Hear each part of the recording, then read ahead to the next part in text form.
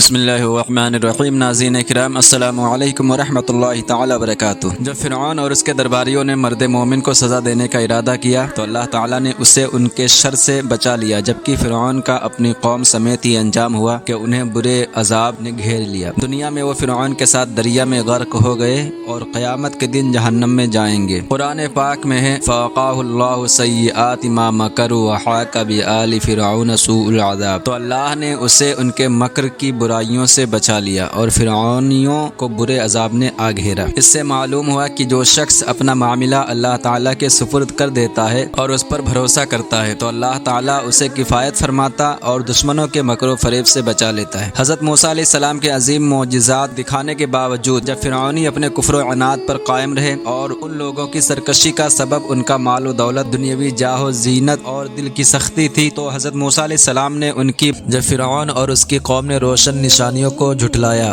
اور کسی طرح ایمان نہ لائے تو اللہ عز و جل نے فرعونیوں کو کئی سال کے قحط، پھلوں کی کمی اور فقر و فاقہ کی مصیبت میں گرفتار کر دیا۔ حضرت عبداللہ بن عباس اللہ تعالیٰ عنہما فرماتے ہیں دیہات میں رہنے والے فرعونی قحط کی مصیبت میں گرفتار ہوئے اور شہروں میں رہنے والے آفات کی وجہ سے پھلوں کی کمی کی مصیبت میں مبتلا ہوئے۔ حضرت کعب اللہ تعالیٰ عنہ فرماتے ہیں ان لوگوں پر ایک وقت ایسا آیا کہ کھجور کے درخت پر صرف ایک ہی کھجور اگتی تھی۔ اللہ تعالیٰ نے ان پر یہ سختیاں اس لیے نازل فرمائیں تاکہ ان سے عبرت حاصل کرتے ہوئے وہ سرکشی اور عناد کا راستہ چھوڑ کر اللہ تعالیٰ کی بندگی کی طرف لوٹ آئیں، کیونکہ سختی و مصیبت دل کو نرم کر دیتی ہے اور آخرت کی طرف راغب کر دیتی ہے۔ لیکن فرعونی کفر میں اس قدر راسخ ہو چکے تھے کہ ان تکلیفوں سے بھی ان کی سرکشی بڑھتی ہی رہی۔ جب انہیں سرسبزی و شادابی، پھلوں، مویشیوں اور رزق میں وسعت، صحت، آفات سے عافیت و سلامتی وغیرہ بھلائی ملتی تو کہتے یہ تو ہمیں ملنا ہی تھا کیونکہ ہم اس کے اہل اور اس کے مستحق ہیں۔ یہ لوگ اس بھلائی کو نہ تو اللہ عز و جل کا فضل جانتے اور نہ ہی اس کے انعامات پر شکر ادا کرتے، اور جب انہیں قحط، خشک سالی، مرض، تنگی اور آفت وغیرہ کوئی برائی پہنچتی تو اسے حضرت موسیٰ علیہ السلام اور ان کے ساتھیوں کی نحوست قرار دیتے اور کہتے کہ یہ بلائیں ان کی وجہ سے پہنچی، اگر یہ نہ ہوتے تو یہ مصیبتیں نہ آتی۔ قرآن پاک میں ہے وَلَقَدْ أَخَذْنَا آلَ فِرْعَوْنَ بِالسِّنِينَ وَنَقْصٍ مِّنَ الثَّمَرَاتِ لَعَلَّهُمْ يَذَّكَّرُونَ فَإِذَا جَاءَتْهُمُ الْحَسَنَةُ قَالُوا لَنَا هَٰذِهِ وَإِن تُصِبْهُمْ سَيِّئَةٌ يَطَّيَّرُوا بِمُوسَىٰ وَمَن مَّعَهُ أَلَا إِنَّمَا طَائِرُهُمْ عِندَ اللَّهِ وَلَٰكِنَّ أَكْثَرَهُمْ لَا يَعْلَمُونَ، اور بے شک ہم نے فرعونیوں کو کئی سال کے قحط اور پھلوں کی کمی میں گرفتار کر دیا تاکہ وہ نصیحت حاصل کریں، تو جب انہیں بھلائی ملتی تو کہتے یہ ہمارے لیے ہے، اور جب برائی پہنچتی تو اسے موسیٰ اور ان کے ساتھیوں کی نحوست قرار دیتے۔ سن لو ان کی نحوست اللہ ہی کے پاس ہے لیکن ان میں اکثر نہیں جانتے۔ ایک بار فرعون نے اپنے درباریوں سے کہا ذرونی اقتل موسیٰ ولیدع ربہ انی اخاف ان یبدل دینکم او ان یظہر فی الارض الفساد، مجھے چھوڑ دو تاکہ میں موسیٰ کو قتل کر دوں اور وہ اپنے رب کو بلا لے، بے شک مجھے ڈر ہے کہ وہ تمہارا دین بدل دے گا یا زمین میں فساد ظاہر کرے گا۔ فرعون جب کبھی حضرت موسیٰ علیہ السلام کو قتل کرنے کا ارادہ کرتا تو اس کی قوم کے لوگ اسے اس چیز سے منع کرتے یہ وہ شخص نہیں ہے جس کا تجھے اندیشہ ہے، یہ تو ایک معمولی جادوگر ہے، اس پر ہم غالب آ جائیں گے، لیکن اگر اسے قتل کر دیا تو عام لوگ شبہ میں پڑ جائیں گے کہ وہ شخص سچا تھا، حق پر تھا، اور تم دلیل سے اس کا مقابلہ کرنے میں عاجز ہوئے اور جواب نہ دے سکے تو تم نے اسے قتل کر دیا۔ لیکن حقیقت میں فرعون کا یہ کہنا مجھے چھوڑ دو تاکہ میں حضرت موسیٰ علیہ السلام کو قتل کروں صرف دھمکی ہی تھی، کیونکہ اسے خود آپ علیہ السلام کے برحق نبی ہونے کا یقین تھا اور وہ جانتا تھا کہ جو معجزات آپ لے کر آئے ہیں وہ جادو نہیں ہے بلکہ اللہ تعالیٰ کی نشانیاں ہیں، اور وہ یہ سمجھتا تھا کہ اگر آپ علیہ السلام کو قتل کرنے کا ارادہ کیا تو خود ہی مارا جائے گا، کیونکہ اگر فرعون اپنے دل میں آپ کو برحق نبی نہ سمجھتا اور یہ نہ جانتا کہ ربانی تائیدیں جو آپ کے ساتھ ہیں ان کا مقابلہ ناممکن ہے تو وہ آپ علیہ السلام کو قتل کرنے میں ہرگز دیر نہ کرتا، کیونکہ وہ بڑا خوخار اور سفاک، ظالم اور بے درد تھا۔ ایک خواب کی وجہ سے جس نے بنی اسرائیل کے ہزاروں بچے قتل کروا دیے، آخر حضرت موسیٰ علیہ السلام کو شہید کرنے میں اسے کیا رکاوٹ تھی؟ وہی کہ دل میں آپ علیہ السلام کی صداقت جان چکا تھا۔ فرعون کی ہرزہ سرائی کر حضرت موسیٰ علیہ السلام نے اپنی قوم سے فرمایا انی عذت بربی وربکم من کل متکبر لا یؤمن بیوم الحساب، میں تمہارے اور اپنے رب کی پناہ لیتا ہوں ہر اس متکبر سے جو حساب کے دن پر یقین نہیں رکھتا۔ آپ علیہ السلام نے فرعون کی سختیوں کے جواب میں اپنی طرف سے کوئی بڑائی والا کلمہ نہ فرمایا، بلکہ اللہ تعالیٰ کی پناہ اور اس پر بھروسہ کیا۔ یہی خدا شناسوں کا طریقہ ہے، اور اسی لیے اللہ تعالیٰ نے آپ علیہ السلام کو ہر ایک بلا سے محفوظ رکھا۔ جب حضرت موسیٰ علیہ السلام نے اللہ تعالیٰ سے پناہ طلب کی اور اس کے فضل و رحمت پر بھروسہ کیا تو اللہ تعالیٰ نے اس فتنے کو سرد کرنے کے لیے حضرت موسیٰ علیہ السلام کی حمایت میں ایک اجنبی شخص کو کھڑا کر دیا۔ یہ فرعون کا چچا زاد بھائی تھا، لیکن حضرت موسیٰ علیہ السلام پر ایمان لا چکا تھا اور اپنے ایمان کو فرعون اور اس کی قوم سے چھپا کر رکھتا تھا کیونکہ اسے اپنی جان کا خطرہ تھا، اور یہی وہ شخص تھا جس نے حضرت موسیٰ علیہ السلام کے ساتھ نجات حاصل کی تھی۔ اور ایک قول یہ ہے کہ وہ شخص اسرائیلی تھا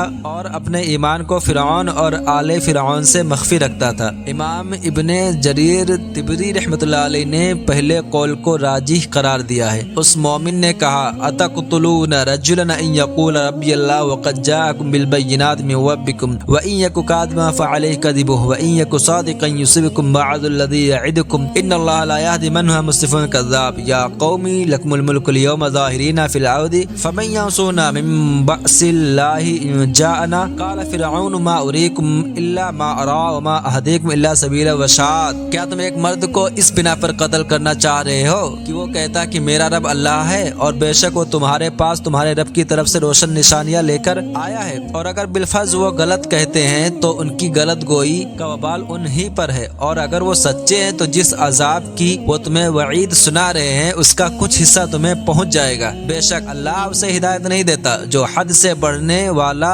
بڑا جھوٹا ہو۔ اے میری قوم، زمین میں غلبہ رکھتے ہوئے آج بادشاہی تمہاری ہے، تو اللہ کے عذاب سے ہمیں کون بچا لے گا اگر ہم پر آئے؟ فرعون بولا میں تو تمہیں وہی سمجھتا ہوں جو میں خود سمجھتا ہوں، اور میں تمہیں وہی بتاتا ہوں جو بھلائی کی راہ ہے۔ جب مرد مومن نے دیکھا کہ نرمی کے ساتھ نصیحت کرنے اور سامنے والے کے خیال کی رعایت کرنے کے باوجود یہ لوگ اپنے ارادے سے باز آتے نظر نہیں آ رہے، تو اس نے سابقہ قوموں پر آنے والے دنیاوی عذاب اور آخرت کے عذاب سے ڈراتے ہوئے کہا یا قومی انی اخاف علیکم مثل یوم الاحزاب مثل دأب قوم نوح وعاد وثمود والذین من بعدهم وما اللہ یرید ظلما للعباد ویا قومی انی اخاف علیکم یوم التناد یوم تولون مدبرین ما لکم من اللہ من عاصم ومن یضلل اللہ فما له من ہاد۔ اے میری قوم، مجھے تم پر گزشتہ گروہوں کے دن جیسا خوف ہے جیسا نوح کی قوم اور عاد اور سمود اور ان کے بعد والوں کا طریقہ گزرا، اور اللہ بندوں پر ظلم نہیں چاہتا۔ اور اے میری قوم، میں تم پر پکارے جانے کے دن کا خوف کرتا ہوں جس دن تم پیٹھ دے کر بھاگو گے، اللہ سے تمہیں کوئی بچانے والا نہیں ہے، اور جسے اللہ گمراہ کرے اسے کوئی راہ دکھانے والا نہیں ہے۔ یعنی اے میری قوم، تم جو حضرت موسیٰ علیہ السلام کو جھٹلا رہے ہو اور انہیں شہید کرنے کا ارادہ کیے بیٹھے ہو، اس وجہ سے مجھے خوف ہے کہ تم پر بھی وہی دن نہ آ جائے جو سابقہ قوموں میں سے ان لوگوں پر آیا جنہوں نے اپنے رسولوں علیہ السلام کو جھٹلایا تھا، جیسا کہ حضرت نوح علیہ السلام کی قوم عاد اور سمود اور ان کے بعد والوں کے بارے میں اللہ تعالیٰ کا دستور گزرا ہے کہ وہ لوگ انبیاء کرام علیہ السلام کو جھٹلاتے رہے، اور ان میں سے ہر ایک کو اللہ تعالیٰ کے عذاب نے ہلاک کر دیا۔ اور اللہ تعالیٰ کی شان یہ ہے کہ وہ اپنے بندوں پر ظلم نہیں چاہتا اور گناہ کے بغیر ان پر عذاب نہیں فرماتا، اور ان پر حجت قائم کیے بغیر ان کو ہلاک نہیں کرتا۔ اور جب تم حرکتیں ہی عذاب پانے والی کرو گے تو ضرور تمہیں ان کی سزا ملے گی۔ اے میری قوم، میں تم پر اس دن کے عذاب کا خوف کرتا ہوں جس دن ہر طرف پکار مچی ہوئی ہوگی، اور اس دن تم پیٹھ پھیر کر بھاگو گے، اور اس دن اللہ تعالیٰ کے عذاب سے تمہیں بچانے والا اور تمہاری حفاظت کرنے والا کوئی نہیں ہوگا۔ اور جو باتیں میں نے تمہارے سامنے کی ہیں ان کا تقاضا یہ ہے کہ تم اپنے ارادے سے باز آ جاؤ اور حضرت موسیٰ علیہ السلام پر ایمان لے آؤ۔ میں نے تمہیں ہر طریقے سے نصیحت کر دی ہے، اس کے بعد بھی اگر تم ہدایت حاصل نہیں کرتے تو تمہاری قسمت، کیونکہ جسے اللہ تعالیٰ گمراہ کر دے تو اسے نجات کی راہ دکھانے والا کوئی نہیں ہے۔ مرد مومن نے مزید کہا وَلَقَدْ جَاءَكُمْ يُوسُفُ مِنْ قبل بالبينات فما زلتم في الشك مما جاءكم به حتى إذا هلك قلتم لن يبعث الله من بعده رسولا كذلك يضل الله من هو مسرف مرتاب الذين يجادلون في آيات الله بغير سلطان أتاهم كبر مقتا عند الله وعند الذين آمنوا كذلك يطبع الله على كل قلب متکبر جبار۔ اور بے شک اس سے پہلے تمہارے پاس یوسف روشن نشانیاں لے کر آئے تو تم ان کے لائے ہوئے پر شک ہی میں رہے، یہاں تک کہ جب انہوں نے انتقال فرمایا تو تم نے کہا اب اللہ ہرگز رسول نہ بھیجے گا، اللہ یوں ہی اسے گمراہ کرتا ہے جو حد سے بڑھنے والا شک کرنے والا ہو۔ وہ جو اللہ کی آیتوں میں بغیر کسی ایسی دلیل کے جھگڑا کرتے ہیں جو انہیں ملی ہو۔ یہ بات اللہ کے نزدیک اور ایمان لانے والوں کے نزدیک کس قدر سخت و بیزاری کی ہے۔ اللہ ہر متکبر سرکش کے دل پر اسی طرح مہر لگا دیتا ہے۔ یعنی اے مصر والو، بے شک حضرت موسیٰ علیہ السلام سے پہلے تمہارے آباء و اجداد کے پاس حضرت یوسف علیہ السلام روشن نشانیاں لے کر آئے تو وہ ان کے لائے ہوئے دین حق میں شک ہی کرتے رہے، یہاں تک کہ جب انہوں نے انتقال فرمایا تو تمہارے آباء و اجداد نے کہا اب اللہ تعالیٰ ہرگز کوئی رسول نہ بھیجے گا۔ یہ بے دلیل بات تمہارے پہلے لوگوں نے خود گڑھی تاکہ وہ حضرت یوسف علیہ السلام کے بعد آنے والے انبیاء کرام علیہ السلام کی تکذیب کریں، یعنی ان کو جھوٹا کہیں اور انہیں جھٹلائیں تو وہ کفر پر قائم رہے۔ حضرت یوسف علیہ السلام کی نبوت میں شک کرتے رہے اور بعد والوں کی نبوت کے انکار کے لیے انہوں نے یہ منصوبہ بنا لیا کہ اب اللہ تعالیٰ کوئی رسول ہی نہ بھیجے گا۔ یاد رکھو، جس طرح تمہارے آباء و اجداد گمراہ ہوئے اسی طرح اللہ تعالیٰ ہر اس شخص کو گمراہ کرتا ہے جو حد سے بڑھنے والا اور ان چیزوں میں شک کرنے والا ہو جن پر روشن دلیلیں شاہد ہیں، اور حد سے بڑھنے والے شک کرنے والے وہ لوگ ہیں جو اللہ تعالیٰ کی آیتوں کو جھٹلا کر اور ان پر اعتراضات کر کے جھگڑا کرتے ہیں، اور ان کا یہ جھگڑا کسی ایسی دلیل کے ساتھ نہیں ہوتا جو انہیں اللہ تعالیٰ کی طرف سے ملی ہو، بلکہ محض آباء و اجداد کی اندھی تقلید اور جاہلانہ شبہات کی بنا پر ہوتا ہے، اور یہ جھگڑا اللہ تعالیٰ اور ایمان لانے والوں کے نزدیک انتہائی سخت بیزاری کی بات ہے۔ اور جس طرح ان جھگڑا کرنے والوں کے دلوں پر مہر لگا دی اسی طرح اللہ تعالیٰ ہر متکبر سرکش کے دل پر مہر لگا دیتا ہے کہ اس میں ہدایت قبول کرنے کا کوئی محل باقی نہیں رہتا۔ فرعون نے جب دیکھا کہ یہ شخص تو ایسی گفتگو کر رہا ہے جس کی وجہ سے لوگوں کے دل اس کی طرف مائل ہو رہے ہیں اور لوگ اس کی بات کو درست سمجھ رہے ہیں، تو اس نے موضوع ہی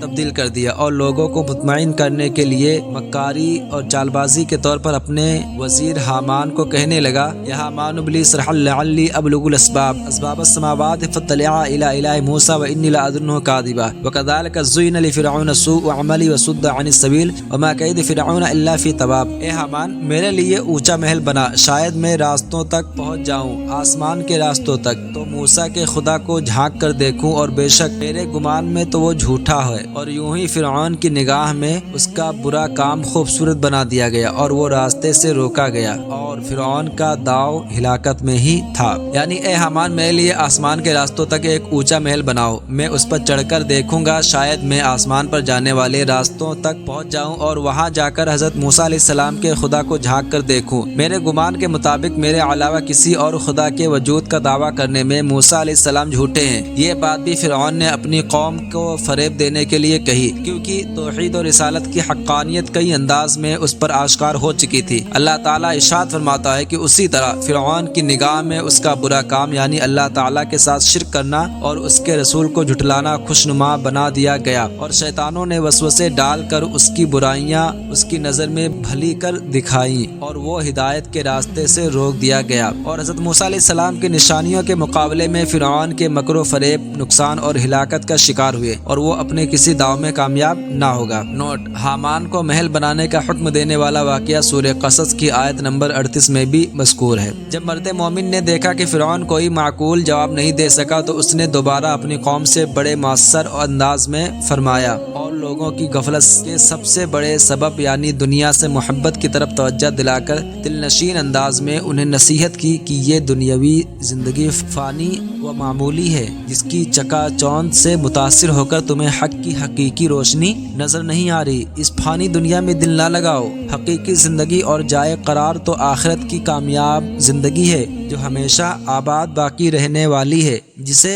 حاصل کرنے کا طریقہ ایمان صحیح اور عمل صالح ہے۔ دوسرے الفاظ میں یوں کہہ لیں کہ دنیا میں ایمان اور نیکیوں بھری زندگی گزار لیں، آخرت میں راحتوں اور نعمتوں بھری زندگی مل جائے گی۔ مرد مومن نے کہا یا قوم اتبعونی اہدکم سبیل الرشاد، یا قوم انما هذه الحیاۃ الدنیا متاع وان الآخرۃ هی دار القرار، من عمل سیئۃ فلا یجزى الا مثلها ومن عمل صالحا من ذکر او انثى وهو مؤمن فاولئک يدخلون الجنۃ یرزقون فیہا بغیر حساب۔ اے میری قوم میرے پیچھے چلو، میں تمہیں بھلائی کی راہ بتاؤں۔ اے میری قوم، یہ دنیا کی زندگی تو تھوڑا سا سامان ہی ہے، اور بے شک آخرت ہمیشہ رہنے کا گھر ہے۔ جو برا کام کرے تو اسے بدلہ نہ ملے گا مگر اتنا ہی، اور جو اچھا کام کرے، مرد ہو خواہ عورت، اور وہ ہو مسلمان، تو وہ جنت میں داخل کیے جائیں گے، وہاں بے حساب رزق پائیں گے۔ اس میں اشارہ ہے کہ فرعون اور اس کی قوم جس راستہ پر چل رہی ہے وہ گمراہی کا راستہ ہے، اور یہ بھی اشارہ ہے کہ ہدایت انبیاء کرام علیہ السلام اور اولیاء اعظام رحمۃ اللہ علیہم کی پیروی میں رکھی گئی ہے، اور جس طرح نبی علیہ السلام اپنے امتی کو ہدایت کا راستہ دکھاتے ہیں، اسی طرح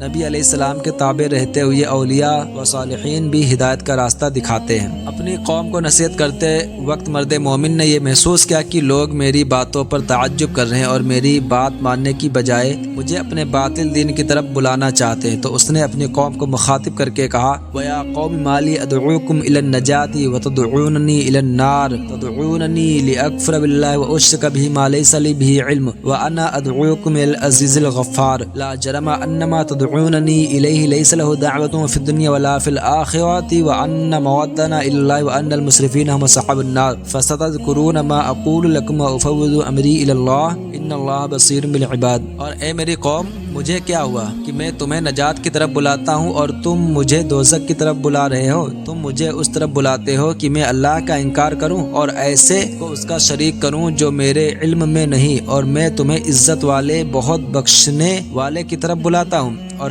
آپ ہی ثابت ہوا کہ جس کی طرف تم مجھے بلا رہے ہو اس کو بلانا کہیں کام کا نہیں، دنیا میں نہ آخرت میں، اور یہ کہ ہمارا پھرنا اللہ کی طرف ہے، اور یہ کہ حد سے گزرنے والے ہی دوزخی ہیں۔ تو جلد ہی تم وہ یاد کرو گے جو میں تم سے کہہ رہا ہوں، اور میں اپنے کام اللہ کو سونپتا ہوں، بے شک اللہ بندوں کو دیکھتا ہے۔ یعنی تم عجیب لوگ ہو کہ میں تمہیں ایمان اور طاعت کی تلقین کر کے جنت کی طرف بلاتا ہوں اور تم مجھے کفر و شرک کی دعوت دے کر جہنم کی طرف بلا رہے ہو۔ تم مجھے اس بات کی طرف بلاتے ہو کہ میں اس اللہ تعالیٰ کا انکار کر دوں جس کا کوئی شریک نہیں، اور معبود ہونے میں ایسے کو اس کا شریک کروں جس کے معبود ہونے پر کوئی دلیل ہی نہیں، اور میں تمہیں اس اللہ کی طرف بلا رہا ہوں جو عزت والا اور توبہ کرنے والے کو بہت بخشنے والا ہے۔ اور یہ بات ثابت ہوتی ہے کہ تم مجھے جس جھوٹے معبود کی عبادت کی طرف بلا رہے ہو اس کی عبادت کرنا دنیا اور آخرت میں کہیں کام نہ آئے گا، اور یاد رکھو کہ ہمیں مرنے کے بعد اللہ تعالیٰ کی طرف لوٹ کر جانا ہے، وہ ہمیں ہمارے اعمال کی جزا دے گا، اور یہ بھی یاد رکھو کہ کافر ہمیشہ کے لیے جہنم میں جائیں گے۔ اگر میری باتیں ابھی تمہارے دل پر نہیں لگتی، لیکن عنقریب جب تم پر عذاب نازل ہوگا تو اس وقت تم میری نصیحتیں یاد کرو گے، مگر اس وقت کا یاد کرنا کچھ کام نہ دے گا۔ یہ سن کر ان لوگوں نے اس مومن کو دھمکی دی کہ اگر تم نے ہمارے دین کی مخالفت کی تو ہم تمہارے ساتھ برے طریقے سے پیش آئیں گے۔ اس کے جواب میں اس نے کہا میں اپنا معاملہ اللہ تعالیٰ کو سونپتا ہوں، بے شک اللہ تعالیٰ بندوں کو دیکھتا اور ان کے اعمال و احوال کو جانتا ہے، لہٰذا مجھے تمہارا کوئی ڈر نہیں۔ جب فرعون اور اس کے درباریوں نے مرد مومن کو سزا دینے کا ارادہ کیا تو اللہ تعالیٰ نے اسے ان کے شر سے بچا لیا، جبکہ فرعون کا اپنی قوم سمیت یہ انجام ہوا کہ انہیں برے عذاب نے گھیر لیا۔ دنیا میں وہ فرعون کے ساتھ دریا میں غرق ہو گئے اور قیامت کے دن جہنم میں جائیں گے۔ بربادی کی دعا کی۔ ربنا انک آتیت فرعون وملأ زینۃ واموالا فی الحیاۃ الدنیا ربنا لیضلوا عن سبیلک ربنا اطمس علی اموالہم واشدد علی قلوبہم فلا یؤمنوا حتی یروا العذاب العلیم۔ اے ہمارے رب، تو نے فرعون اور اس کے سرداروں کو دنیا کی زندگی میں آرائش اور مال دے دیا، اے ہمارے رب، تاکہ وہ تیرے راستے سے بھٹکا دے۔ اے ہمارے رب، ان کے مال برباد کر دے اور ان کے دلوں کو سخت کر دے تاکہ وہ ایمان نہ لائیں جب تک دردناک عذاب نہ دیکھ لیں۔ اللہ تعالیٰ نے اس دعا کو شرف قبولیت سے نوازا اور ارشاد فرمایا قد اجیبت دعوتکما فاستقیما ولا تتبعان سبیل الذین لا یعلمون، تم دونوں کی دعا قبول ہوئی، پس تم ثابت قدم رہو اور نادانوں کے راستے پر نہ چلنا۔ اس آیت میں دعا کی نسبت حضرت موسیٰ اور حضرت ہارون علیہ السلام دونوں کی طرف کی گئی۔ حضرت موسیٰ علیہ السلام دعا کرتے تھے اور حضرت ہارون علیہ السلام آمین کہتے تھے۔ قبولیت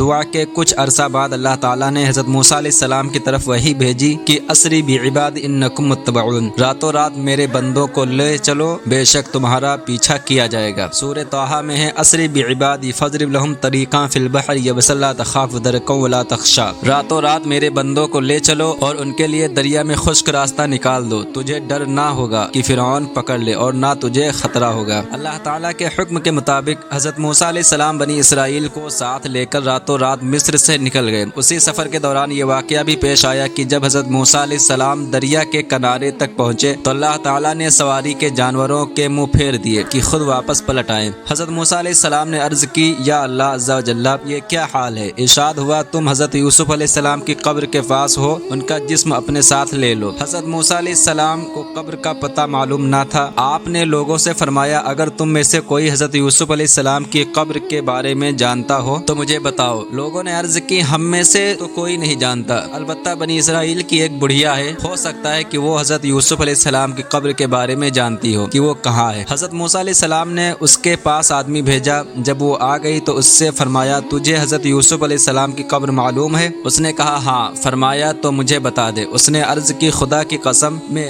اس وقت تک نہ بتاؤں گی جب تک آپ مجھے میری مانگی ہوئی چیز نہ دے دیں۔ حضرت موسیٰ علیہ السلام نے فرمایا تیری عرض قبول ہے۔ بڑھیا نے عرض کی میں آپ سے یہ مانگتی ہوں کہ جنت میں آپ کے ساتھ اس درجے میں رہوں جس درجے میں آپ ہوں گے۔ حضرت موسیٰ علیہ السلام نے فرمایا جنت مانگ لے، یعنی تجھے یہی کافی ہے، اتنا بڑا سوال نہ کر۔ بڑھیا نے کہا خدا کی قسم میں نہ مانوں گی مگر یہی کہ آپ کے ساتھ ہوں۔ حضرت موسیٰ علیہ السلام اس سے یہی گفتگو کرتے رہے۔ اللہ تعالیٰ نے وحی بھیجی اے موسیٰ وہ جو مانگ رہی ہے تم اسے وہی عطا کر دو کہ اس میں تمہارا کچھ نقصان نہیں۔ حضرت موسیٰ علیہ السلام نے اسے جنت میں اپنی رفاقت عطا فرما دی اور اس نے حضرت یوسف علیہ السلام کی قبر بتا دی اور حضرت موسیٰ علیہ السلام لاش مبارک کو ساتھ لے کر دریا پار کر گئے۔ اعلیٰ حضرت امام احمد رضا خان رحمۃ اللہ علیہ نے اپنی تصریف الامن والعلا میں یہ حدیث پاک نقل کر کے اس کے تحت 7 نکات بیان فرمائے ہیں۔ ان میں سے مذکور بالا واقعہ سے متعلق کلام کا خلاصہ یہ ہے کہ بڑھیا کا حضرت موسیٰ علیہ السلام سے جنت میں ان کی رفاقت کا سوال کرنا اور حضرت موسیٰ علیہ السلام کا یہ سوال سن کر غضب و جلال میں نہ آنا بلکہ اس سے یہ کہنا کہ ہم سے جنت مانگ لو، اور اللہ تعالیٰ کا حضرت موسیٰ علیہ السلام کو بڑھیا کی طلب کے مطابق عطا فرمانے کا حکم دینا اور حضرت موسیٰ علیہ السلام کا بڑھیا کو جنت میں اپنی رفاقت عطا فرما دینا، یہ سب شواہد اس بات کی دلیل ہے کہ اللہ تعالیٰ اپنے محبوب بندوں پر بہت مہربان ہے اور انہیں بہت نوازتا ہے، اور وہ اللہ تعالیٰ کی عطا سے مخلوق میں جنت اور اس کے درجات تک تقسیم فرماتے ہیں۔ جب فرعون نے ان کے مصر سے نکلنے کی خبر سنی تو اس نے اپنے نمائندے بھیج کر مختلف شہروں سے لشکر جمع کر لیے جن کے مقابلے میں بنی اسرائیل کی تعداد تھوڑی معلوم ہونے لگی۔ چنانچہ فرعون نے بنی اسرائیل کے بارے میں کہا ان هؤلاء لشرذمة قلیلون وانہم لنا لغائظون وانا لجمیع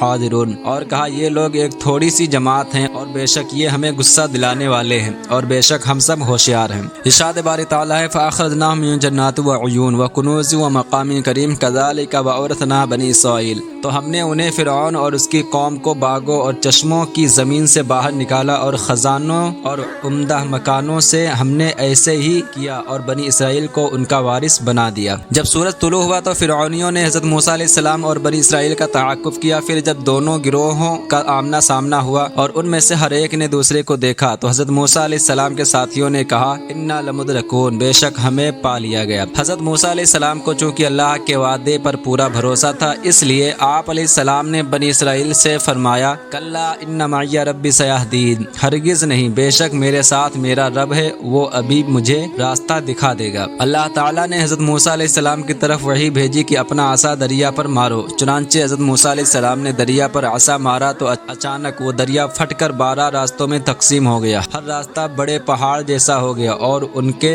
درمیان خشک راستے بن گئے جن پر چل کر بنی اسرائیل دریا سے پار ہو گئے۔ یوں اللہ تعالیٰ نے حضرت موسیٰ علیہ السلام اور ان کے سب ساتھیوں کو دریا سے سلامت نکال کر بچا لیا۔ دوسری طرف فرعون اس کے لشکر کے ساتھ یوں ہوا کہ اللہ تعالیٰ انہیں بنی اسرائیل کے قریب لے آیا، یہاں تک کہ وہ ان راستوں پر چل پڑے جو قدرت الہی سے دریا میں بنی اسرائیل کے لیے بنے تھے۔ جب بنی اسرائیل کے تمام لوگ راستوں سے گزر کر دریا سے باہر نکل گئے اور تمام فرعونی دریا کے اندر آ گئے تو اللہ تعالیٰ کے حکم سے دریا مل کر پہلے کی طرح ہو گیا، یوں فرعون اپنی قوم کے ساتھ ڈوب گیا۔ ارشاد باری تعالیٰ ہے فَأَتْبَعْنَاهُمْ فِرْعَوْنُ بِجُنُودِهِ فَغَشِيَهُمْ مِنَ الْيَمِّ مَا غَشِيَهُمْ وَأَضَلَّ فِرْعَوْنُ قَوْمَهُ وَمَا هَدَىٰ۔ تو فرعون اپنے لشکر کے ساتھ ان کے پیچھے چل پڑا تو انہیں دریا نے ڈھانپ لیا جیسا انہیں ڈھانپ لیا، اور فرعون نے اپنی قوم کو گمراہ کیا اور راہ نہ دکھائی۔ اس سے معلوم ہوا کہ قوم کے عروج و زوال میں سربراہ کا کردار بڑا اہم ہوتا ہے۔ اگر یہ سدھر جائے تو قوم کامیابی پاتی ہے، لیکن اگر یہ بگڑ جائیں تو قوم تباہ ہو جاتی ہے۔ جب فرعون ڈوبنے لگا تو اس امید پر اپنے ایمان کا اظہار کرنے لگا کہ اللہ تعالیٰ اسے اس مصیبت سے نجات دے دے گا۔ اس وقت اس سے کہا گیا کیا اب حالت اضطرار میں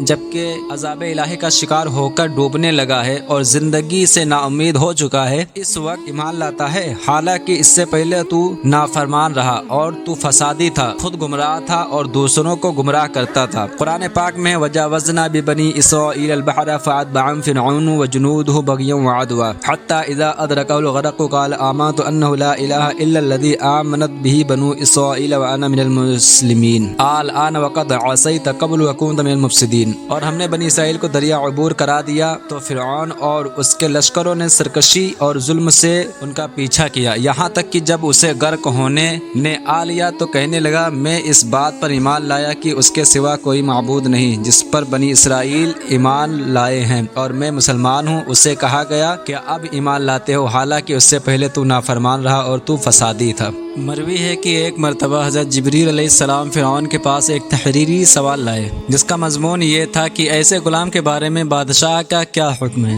جس نے ایک شخص کے مال و نعمت پر پرورش پائی، پھر اس کی ناشکری کی اور اس کے حق کا منکر ہو گیا اور اپنے آپ مولا ہونے کا مدعی بھی بن گیا۔ اس پر فرعون نے یہ جواب لکھا کہ جو غلام اپنے آقا کی نعمتوں کا انکار کرے اور اس کے مقابل آئے اس کی سزا یہ ہے کہ اسے دریا میں ڈبو دیا جائے۔ جب فرعون ڈوبنے لگا تو حضرت جبریل علیہ السلام نے اس کا وہی فتویٰ اس کے سامنے کر دیا اور اسے اس نے پہچان لیا۔ ڈوبتے وقت فرعون کا حال یہ تھا کہ وہ اپنے آپ کو ملامت کر رہا تھا کہ اس نے رب ہونے کا دعویٰ کیوں کیا اور وہ کیوں حضرت موسیٰ علیہ السلام پر ایمان نہ لایا اور کیوں ان پر اعتراضات کیے۔ لیکن عذاب نازل ہو جانے کے بعد کہ ندامت کا کوئی فائدہ نہیں، اب مہلت ختم ہو گئی۔ قرآن پاک میں ہے فَأَخَذْنَاهُ وَجُنُودَهُ فَنَبَذْنَاهُمْ فِي الْيَمِّ وَهُوَ مُلِيمٌ، اور ہم نے فرعون اور اس کے لشکر کو پکڑ کر دریا میں ڈال دیا اس حال میں کہ وہ خود کو ملامت کر رہا تھا۔ علماء تفسیر کہتے ہیں کہ جب اللہ تعالیٰ نے فرعون اور اس کی قوم کو غرق کیا اور حضرت موسیٰ علیہ السلام نے اپنی قوم کو ان کی ہلاکت کی خبر دی تو بنی اسرائیل میں سے بعض کو شبہ رہا اور فرعون کی عظمت و ہیبت جو ان کے دلوں میں تھی اس کے باعث انہیں اس کی ہلاکت کا یقین نہ آیا، تو اللہ تعالیٰ کے حکم سے دریا نے فرعون کی لاش ساحل پر پھینک دی۔ بنی اسرائیل نے اس کو دیکھ کر پہچان لیا۔ فرعون کی لاش نشان عبرت بنا دی گئی۔ ڈوبتے وقت فرعون سے یہ بھی کہا گیا فَالْيَوْمَ نُنَجِّيكَ بِبَدَنِكَ لِتَكُونَ لِمَنْ خَلْفَكَ آیَةً وَإِنَّ كَثِيرًا مِنَ النَّاسِ عَنْ آیَاتِنَا لَغَافِلُونَ۔ آج ہم تیری لاش کو بچا لیں گے تاکہ تو اپنے بعد والوں کے لیے نشانی بن جائے، اور بے شک لوگ ہماری نشانیوں سے ضرور غافل ہیں۔ فرعون کی لاش آج بھی محفوظ ہے اور قاہرہ کے میوزیم میں لوگوں کے لیے عبرت کی نشانی کے طور پر موجود ہے۔ مزید فرمایا گیا فَمَا بَكَتْ عَلَيْهِمُ السَّمَاءُ وَالْأَرْضُ وَمَا كَانُوا مُنظَرِينَ، تو ان پر آسمان اور زمین نہ روئے اور انہیں مہلت نہ دی گئی۔ فرعون اور اس کی قوم کو دنیا میں غرق کر دیا گیا اور اس کے بعد سے برزخ میں انہیں صبح و شام آگ پر پیش کیا جاتا ہے، یعنی وہ اس میں جلائے جاتے ہیں، اور جس دن قیامت قائم ہوگی اس دن فرشتوں کو حکم فرمایا جائے گا کہ فرعون والوں کو جہنم کے سخت تر عذاب میں داخل کر دو۔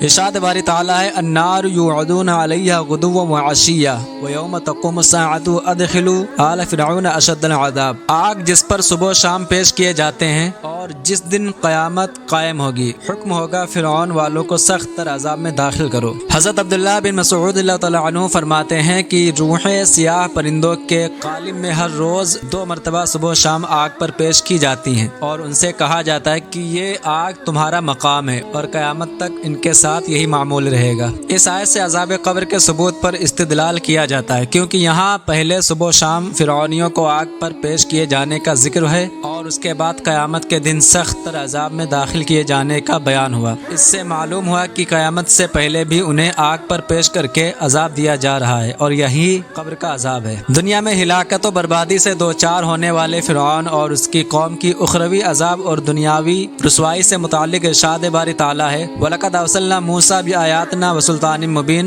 إِلَىٰ فِرْعَوْنَ وَمَلَئِهِ فَاتَّبَعُوا أَمْرَ فِرْعَوْنَ وَمَا أَمْرُ فِرْعَوْنَ بِرَشِيدٍ يَقْدُمُ قَوْمَهُ يَوْمَ الْقِيَامَةِ فَأَوْرَدَهُمُ النَّارَ وَبِئْسَ الْوِرْدُ الْمَوْرُودُ وَأُتْبِعُوا فِي هَٰذِهِ لَعْنَةً وَيَوْمَ الْقِيَامَةِ بِئْسَ الرِّفْدُ الْمَرْفُودُ۔ اور بے شک ہم نے موسیٰ کو اپنی آیتوں اور روشن غلبے کے ساتھ بھیجا فرعون اور اس کے درباریوں کی طرف، تو انہوں نے فرعون کی پیروی کی، حالانکہ فرعون کا کام بالکل درست نہ تھا۔ فرعون قیامت کے دن اپنی قوم کے آگے ہوگا، پھر انہیں دوزخ میں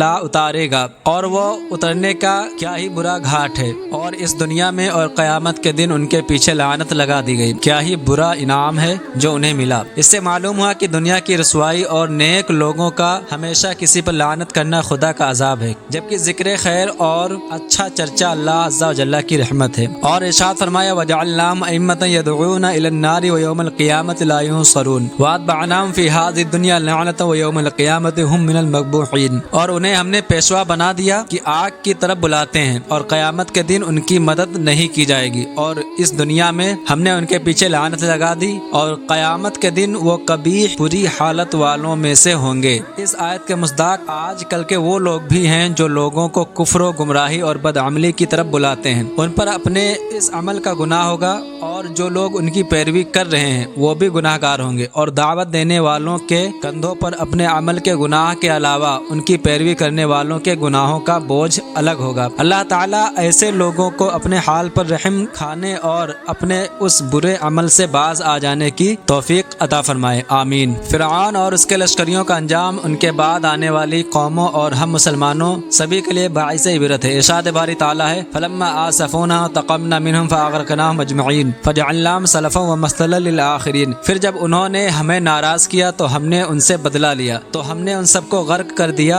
تو ہم نے انہیں اگلی داستان کر دیا اور بعد والوں کے لیے مثال بنا دیا۔ اور ارشاد فرمایا وَاسْتَكْبَرَ هُوَ وَجُنُودُهُ فِي الْأَرْضِ بِغَيْرِ الْحَقِّ وَظَنُّوا أَنَّهُمْ إِلَيْنَا لَا يُرْجَعُونَ فَأَخَذْنَاهُ وَجُنُودَهُ فَنَبَذْنَاهُمْ فِي الْيَمِّ فَانظُرْ كَيْفَ كَانَ عَاقِبَةُ الظَّالِمِينَ۔ اور اس نے اور اس کے لشکریوں نے زمین میں بے جا تکبر کیا، اور وہ سمجھے کہ انہیں ہماری طرف پھرنا نہیں، تو ہم نے اسے اور اس کے لشکر کو پکڑ کر دریا میں پھینک دیا، تو دیکھو ظالموں کا کیسا انجام ہوا۔ اور ارشاد فرمایا ثم بعثنا من بعدهم موسى بآياتنا الى فرعون وملئه فطلعوا بها فانظر كيف كان عاقبة المفسدين۔ پھر ان کے بعد ہم نے موسیٰ کو اپنی نشانیوں کے ساتھ فرعون اور اس کی قوم کی طرف بھیجا، تو انہوں نے ان نشانیوں پر زیادتی کی، تو دیکھو فسادیوں کا کیسا انجام ہوا۔ اور ارشاد فرمایا فلما جاءتهم آیاتنا مبصرة قالوا هذا سحر مبين وجحدوا بها واستيقنتها انفسهم ظلما وعلوا فانظر كيف كان عاقبة المفسدين۔ پھر جب ان کے پاس آنکھیں کھولتی ہوئی ہماری نشانیاں آئیں تو کہنے لگے یہ تو کھلا جادو ہے، اور انہوں نے ظلم اور تکبر کی وجہ سے ان نشانیوں کا انکار کیا، حالانکہ ان کے دل ان نشانیوں کا یقین کر چکے تھے، تو دیکھو فساد کرنے والوں کا انجام کیسا ہوا۔ اور ارشاد فرمایا هل اتاك حديث موسى اذ ناداه ربه بالواد المقدس طوى اذهب الى فرعون انه طغى فقل هل لك الى ان تزكى واهديك الى ربك فتخشى فاراه الايه الكبرى فكذب وعصى ثم ادبر يسعى فحشر فنادى فقال انا ربكم الاعلى فاخذه الله نكال الاخره والاولى ان في ذلك لعبرة لمن يخشى۔ کیا تمہیں موسیٰ کی خبر آئی جب اسے اس کے رب نے پاک جنگل طوا میں ندا فرمایا کہ فرعون کے پاس جا، بے شک وہ سرکش ہو گیا ہے، تو اس سے کہہ کیا تجھے اس بات کی طرف کوئی رغبت ہے کہ تو پاکیزہ ہو جائے، اور یہ کہ میں تجھے تیرے رب کی طرف راہ بتاؤں تو ڈرے۔ پھر موسیٰ نے اسے بہت بڑی نشانی دکھائی تو اس نے جھٹلایا اور نافرمانی کی، پھر اس نے مقابلے کی کوشش کرتے ہوئے پیٹھ پھیر دی، تو لوگوں کو جمع کیا، پھر بولا میں تمہارا سب سے اعلیٰ رب ہوں، تو اللہ نے اسے دنیا و آخرت دونوں کے عذاب میں پکڑا، بے شک اس میں ڈرنے والے کے لیے عبرت ہے۔ یہ وہ بنیادی مقصد ہے جس کے لیے یہ سارا واقعہ بیان کیا گیا ہے کہ گزشتہ قوموں کے واقعات اور ان کے عروج و زوال سے عبرت حاصل کی جائے اور اپنی حالت کو سدھارا جائے۔ افسوس فی زمانہ لوگ اس مقصد سے غفلت کا شکار ہیں اور سابقہ قوموں کی عملی حالت اور ان کے عبرت ناک انجام سے نصیحت حاصل نہیں کرتے۔ حکمرانی قائم رکھنے کے لیے فرعون کا طریقہ اور موجودہ دور کے حکمرانوں کا طرز عمل۔ حکمرانی قائم رکھنے کے لیے رعایا کو مختلف گروہوں میں تقسیم کر دینا اور ان میں باہم بغض و عداوت ڈال دینا فرعون کا طریقہ تھا، اور دیکھا جائے تو یہی طریقہ ہمارے دور میں بھی رائج ہے۔ مسلم اور غیر مسلم دونوں طرح کے حکمران لوگوں کو مختلف مسائل میں الجھائے رکھتے ہیں تاکہ لوگ ان مسائل ہی سے نہ نکل پائیں اور ان کی حکمرانی قائم رہے، اور اس طرز عمل کے نتیجے میں ان حکمرانوں کا جو حال ہوتا ہے وہ بھی سب کے سامنے ہے۔ اللہ تعالیٰ انہیں عقل سلیم اور ہدایت عطا فرمائے، آمین۔ فرعون کے بارے میں فرمایا کہ وہ متکبر تھا کیونکہ وہ خود کو خدا کہتا تھا، اور اس سے بڑھ کر کیا تکبر ہو سکتا ہے۔ نیز فرعون کو حد سے بڑھنے والا کہا گیا کیونکہ اس نے بندہ ہو کر بندگی کی حد سے گزرنے کی کوشش کی اور الوہیت کا مدعی ہو گیا۔ اس سے معلوم ہوا کہ حد میں رہنا اللہ تعالیٰ کی بڑی نعمت ہے۔ پانی حد سے بڑھ جائے تو طوفان بن جاتا ہے اور آدمی حد سے بڑھ جائے تو شیطان بن جاتا ہے۔ فرعون اور اس کی قوم کو آفات و مصائب میں مبتلا کر کے خواب غفلت سے بیدار کرنے کی کوشش کی گئی کہ اللہ تعالیٰ کی طرف سے بھیجی گئی آفتوں اور مصیبتوں کی ایک حکمت یہ بھی ہے کہ ان کی وجہ سے انسان غفلت سے بیدار ہو کر اللہ تعالیٰ کا اطاعت گزار اور فرما بردار بندہ بن جائے۔ لہٰذا زلزلہ، طوفان، سیلاب یا کسی اور مصیبت کا سامنا ہو تو اس سے عبرت حاصل کرتے ہوئے غفلت کی نیند سے بیدار ہونے کی کوشش کرنی چاہیے، نہ کہ انہیں تفریح کا ذریعہ بنا لیا جائے۔ فرعون ملک بھر سے بڑے جادوگر جمع کر کے انہیں مجمع عام میں حضرت موسیٰ علیہ السلام سے مقابلے کے لیے لایا۔ یہ جادوگر اپنے تمام تر مکر و فریب اور حیلوں کے باوجود حضرت موسیٰ علیہ السلام پر غالب نہ آ سکے۔ اس سے معلوم ہوا کہ نبی کا معجزہ مغلوب نہیں ہوتا بلکہ یہ باطل پر غالب آ کر ہی رہتا ہے۔ مقابلے کی ابتدا کے وقت جادوگروں نے ادباً حضرت موسیٰ علیہ السلام کو پہل کرنے کی دعوت دی۔ اس ادب کا انہیں یہ صلہ ملا کہ مقابلے کے اختتام پر انہیں ایمان کی لازوال دولت نصیب ہوئی اور شہادت کے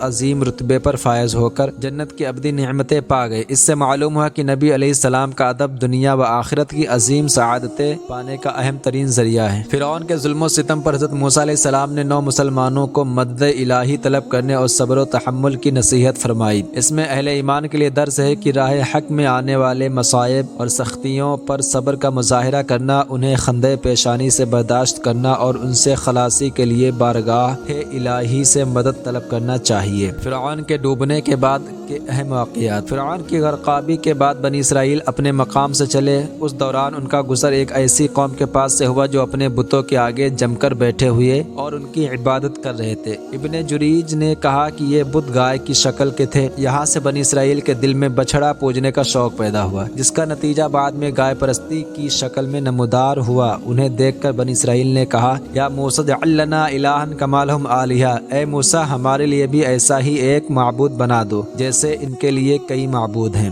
حضرت موسیٰ علیہ السلام نے ان کے مطالبے کو رد کرتے ہوئے فرمایا، انکم قوم تجہلون ان ہؤلاء متبر ما هم فی باطل ما كانوا یعملون قال غیر اللہ یبغیکم الہا وهو فضلکم علی العالمین۔ تم یقیناً جاہل لوگ ہو، بے شک یہ لوگ جس کام میں پڑے ہوئے ہیں وہ سب برباد ہونے والا ہے، اور جو کچھ یہ کر رہے ہیں وہ سب باطل ہے۔ موسیٰ علیہ السلام نے فرمایا، کیا تمہارے لیے اللہ کے سوا کوئی اور معبود تلاش کروں، حالانکہ اس نے تمہیں سارے جہان والوں پر فضیلت عطا فرمائی۔ یاد رہے کہ حضرت موسیٰ علیہ السلام سے یہ عرض سارے بنی اسرائیل نے نہ کی تھی، کیونکہ ان میں حضرت ہارون علیہ السلام اور دیگر بزرگ اولیاء اللہ رحمۃ اللہ علیہم بھی تھے، بلکہ ان لوگوں نے کی تھی جو ابھی تک راسخ الایمان نہ ہوئے تھے۔ حضرت موسیٰ علیہ السلام نے مصر میں بنی اسرائیل سے وعدہ فرمایا تھا کہ جب اللہ تعالیٰ ان کے دشمن فرعون کو ہلاک فرما دے گا تو وہ ان کے پاس اللہ تعالیٰ کی جانب سے ایک کتاب لائیں گے جس میں حلال و حرام کا بیان ہوگا۔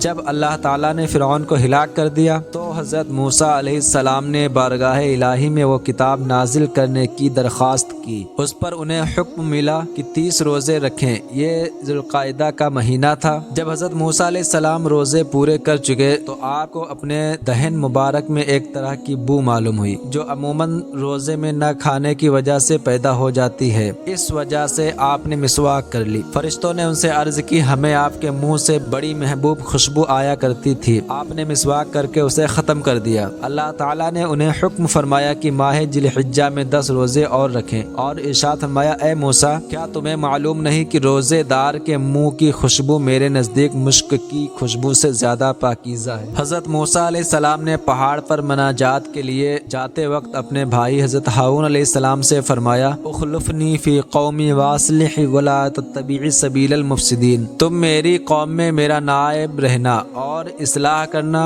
اور فسادیوں کے راستے پر نہ چلنا۔ یہاں حضرت موسیٰ علیہ السلام نے حضرت ہارون علیہ السلام سے جو اصلاح اور صحیح راستے پر چلنے کا فرمایا وہ حقیقت میں آپ کے واسطے سے بنی اسرائیل کو فرمایا تھا، ورنہ انبیاء کرام علیہ السلام تو فسادیوں کے راستے پر چلنے سے معصوم ہیں۔ یہ بھی ہو سکتا ہے کہ حضرت موسیٰ علیہ السلام کا حضرت ہارون علیہ السلام کو یہ فرمانا بطور تاکید و استقامت کے ہو۔ حضرت موسیٰ علیہ السلام اپنی قوم میں سے 70 آدمیوں کو بھی منتخب کر کے ساتھ لے گئے تھے۔ راستے میں کلام پروردگار سننے کے شوق میں آگے بڑھ گئے اور ساتھیوں سے فرما دیا کہ میرے پیچھے پیچھے چلے آؤ۔ اس پر اللہ تعالیٰ نے فرمایا وما عجلک عن قومک یا موسیٰ، اور اے موسیٰ تجھے اپنی قوم سے کس چیز نے جلدی میں مبتلا کر دیا؟ حضرت موسیٰ علیہ السلام نے عرض کی ہم اولائی علی اثری وعجلت الیک ربی لترضی، وہ یہ میرے پیچھے ہیں اور اے میرے رب میں نے تیری طرف اس لیے جلدی کی تاکہ تو راضی ہو جائے۔ یہاں ایک نکتہ قابل ذکر ہے۔ اللہ تعالیٰ نے اپنے کلیم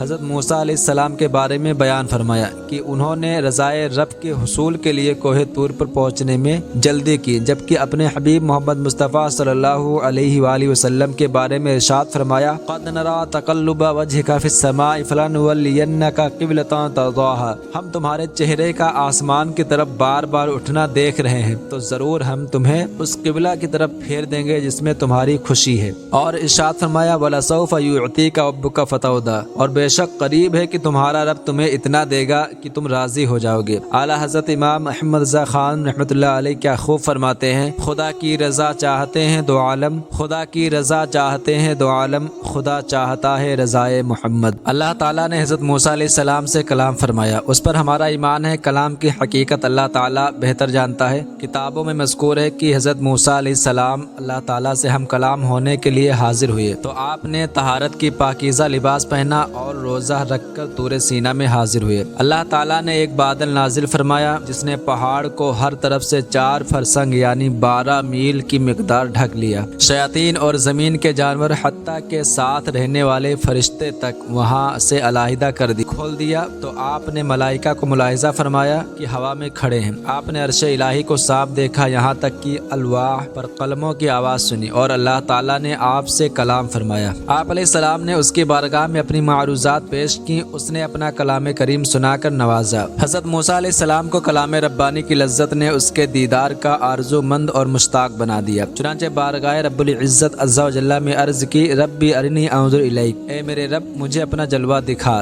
تاکہ میں تیرا دیدار کر لوں۔ یعنی صرف دل یا خیال کا دیدار نہیں مانگتا بلکہ آنکھ کا دیدار چاہتا ہوں کہ جیسے تو نے میرے کان سے حجاب اٹھا دیا تو میں نے تیرا کلام قدیم سن لیا، ایسے ہی میری آنکھ سے پردہ ہٹا دے تاکہ تیرا جمال دیکھ لوں۔ اللہ تعالیٰ نے ان سے ارشاد فرمایا لا طوانی ولکن انظر الی الجبل فإن استقر مکانہ فسوف طوانی، تو مجھے ہرگز نہ دیکھ سکے گا، البتہ اس پہاڑ کی طرف دیکھیے، اگر اپنی جگہ پر ٹھہرا رہا تو عنقریب تو مجھے دیکھ لے گا۔ یاد رہے کہ یہاں اللہ تعالیٰ نے یہ نہیں فرمایا کہ میرا دیکھنا ممکن نہیں بلکہ دنیا میں حضرت موسیٰ علیہ السلام کے دیکھنے کی نفی کی۔ اس سے ثابت ہوا کہ دیدار الہی ممکن ہے اگرچہ دنیا میں نہ ہو، کیونکہ صحیح حدیثوں میں ہے کہ روز قیامت مومنین اپنے رب عز و جل کے دیدار سے فیضیاب کیے جائیں گے۔ اس کے علاوہ یہ کہ حضرت موسیٰ علیہ السلام اللہ تعالیٰ کی معرفت رکھتے ہیں، اگر دیدار الہی ممکن نہ ہوتا تو آپ ہرگز سوال نہ فرماتے کہ اللہ کے نبی کسی محال شے کی دعا نہیں کرتے۔ قصہ مختصر، جب رب تعالیٰ نے پہاڑ پر اپنا نور چمکایا تو پہاڑ پاش پاش ہو گیا اور حضرت موسیٰ علیہ السلام بے ہوش ہو کر گر گئے۔ پھر جب ہوش آیا تو عرض کی سبحانک